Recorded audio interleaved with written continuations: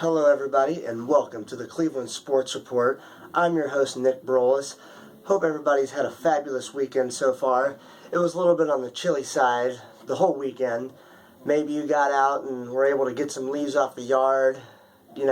Just some of the things to prepare your house for what we think might be a brutal weekend, but nonetheless, there was plenty of football both Saturday and Sunday. As you guys know, Thursday night was a huge football night for college football fans, as you had Oklahoma and Baylor going at each other down in Baylor, and you also had the Stanford Cardinals taking on the Oregon Ducks. Both matchups featured top 10 ranked teams, and you had the Stanford Cardinals defeating the Oregon Ducks by a score of 26-20. You had the Baylor Bears defeating Oklahoma, which was a rout. Hopefully some of you guys caught this because both games had implications of national titles, national championship implications for the most part. If you were to look at the standings before the games, Ohio State actually was hoping that Baylor would get knocked off by Oklahoma, which did not happen. It looked good in the first quarter, but it didn't happen.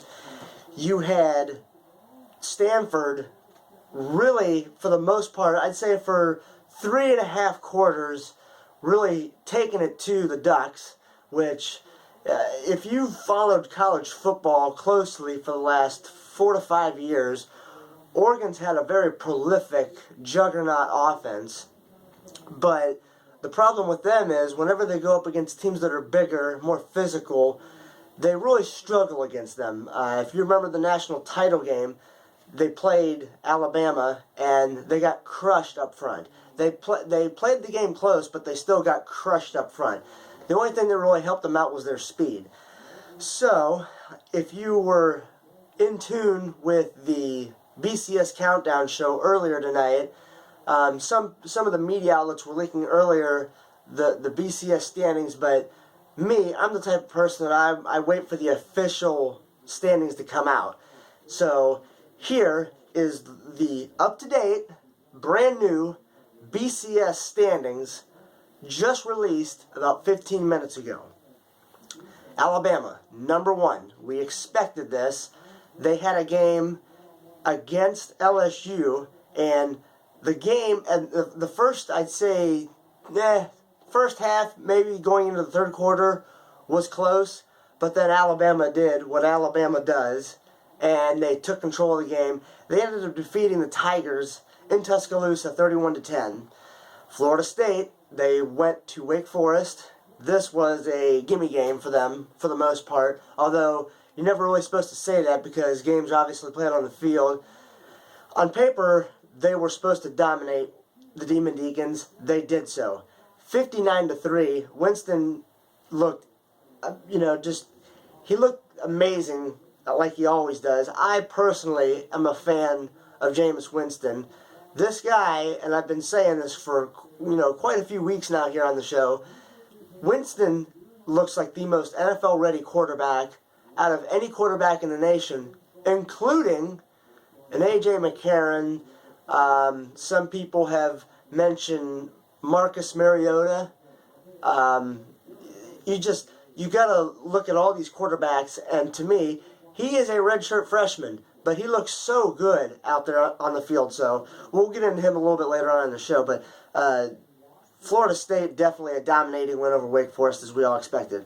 Ohio State, they were on a bye week this week. They did not have to play anybody. Stanford, as I just told you, they did what they defeated Oregon. That helped us out. That moved us up to number 3. Baylor, as I just told you, defeated Oklahoma. Now, this is where it gets a little bit interesting. Now that Oregon's lost, they actually dropped down to number 6 in the BCS ratings, and that helps in quite a few ways. I don't see them getting to the national championship. I think they're out of the race now. At best, they can maybe get a chance to go to the Rose Bowl, but they would actually have to defeat Stanford If my memory serves me correctly, when I just looked at the standings before we came on air, they would actually have to defeat Stanford. So that's going to be a toss-up right there. Now, Auburn, who is a very good team this year, is number 7. Then you have Clemson. They are now number 8. They're also a good team still, though they got destroyed by Florida State earlier in the year. Then you have the Missouri Tigers, who continue to be impressive after Matty Mock, the freshman sensation from Kenton, Ohio. Not Canton, Kenton, Ohio. Then you have South Carolina moving up into number 10. So that rounds out your BCS top 10. Now we're going to switch over to the professional level, that being the Browns. They were also on a bye week. They needed Cincinnati to lose this game. I was on Twitter during the game, and there's a couple people that I tweet back and forth with. And by the way, before I forget to mention this, you can tweet at me during the show at @nbrolis. The Baltimore Ravens had a 17-point lead going into the second half over Cincinnati. Cincinnati came back and tied the game at 17 apiece on a Hail Mary play from Dalton to A.J. Green. Now, if you watch the game, you would know just how crazy of a play this was. If you didn't, I'm going to try to explain it to you before you even see it, but nothing can do this play do justice. You have to actually see this play to really believe it, but I'm going to try my best. Cincinnati had the ball, and they did the Hail Mary. There was about 4 or 5 different Ravens players there in the end zone area. The ball it made it to around the goal line, and it was tipped twice, and it got tipped to the back end of the end zone. A.J. Green was right there with nobody surrounding him, and he caught the ball. The game goes into overtime. Cincinnati won the toss. Obviously, they elected to receive. They got all the way to about the 40-yard line in Baltimore's territory. They couldn't convert on a 4th and 2, which I don't know why you would go for it on 4th and 2. If you can't make the field goal, if you're not in field goal range, you punt the ball, you pin Baltimore deep in their own territory, and you force them to go, 3/4 of the field at least to score to win the game. And remember, with the NFL's new overtime rule, if you hold the team that gets the ball first in overtime, if you hold them to a field goal, you now get a chance to score to tie the game or take the lead. So Baltimore held their own, and then they got the ball back. Then they kicked the field goal to win the game. Now, what that does, and again, I was tweeting back and forth with some people in Baltimore, and they were wondering why so many Browns fans wanted the Ravens to win. That's hard to believe, first off, but here's why. You look at the standings, AFC North, Cincinnati. They were going into this game 6-3, first in the AFC North division. Then you look at us, Cleveland Browns, 4-5. We had our bye week. Baltimore, they were 3-5. After this win, they are now 4-5. And correction, Cincinnati was 6-3. They're now 6-4 after this loss. Baltimore is now 4-5 after the win.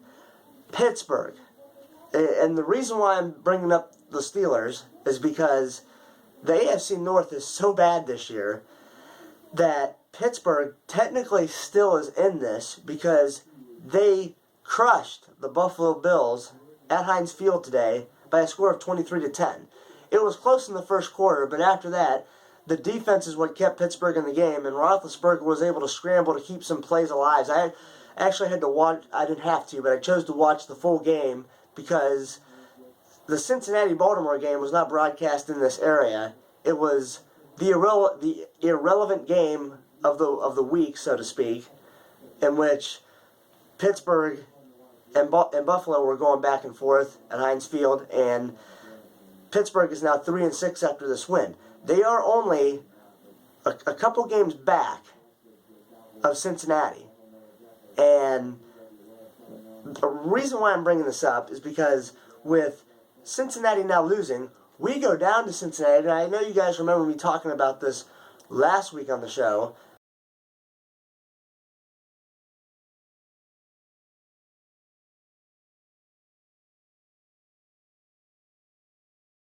division. Now, I know some of you Browns fans have your hopes up about possibly winning this division. I applaud your enthusiasm. Me personally, I still can't put stock in winning the division. Is it possible? Absolutely. Not saying it isn't. Don't think that I'm a Debbie Downer, so to speak. But with me, I have to see that they can go into an opposing team stadium, go on the road, and get a win. We've only won on the road one time this year, and that was at pathetic Minnesota. And that was a close game because we had to come back in the fourth quarter and win it on that final drive that Hoyer led. But for me, if they can go down to Cincinnati and win, they've proved to me that they've got a legitimate chance of winning this North. So we're crossing our fingers that they can go on the road and they can get their second win of the year, and they can go 3-1 in the division, which would have the best divisional record out of all four teams. It's been a while since we've been able to say that here in Cleveland. So that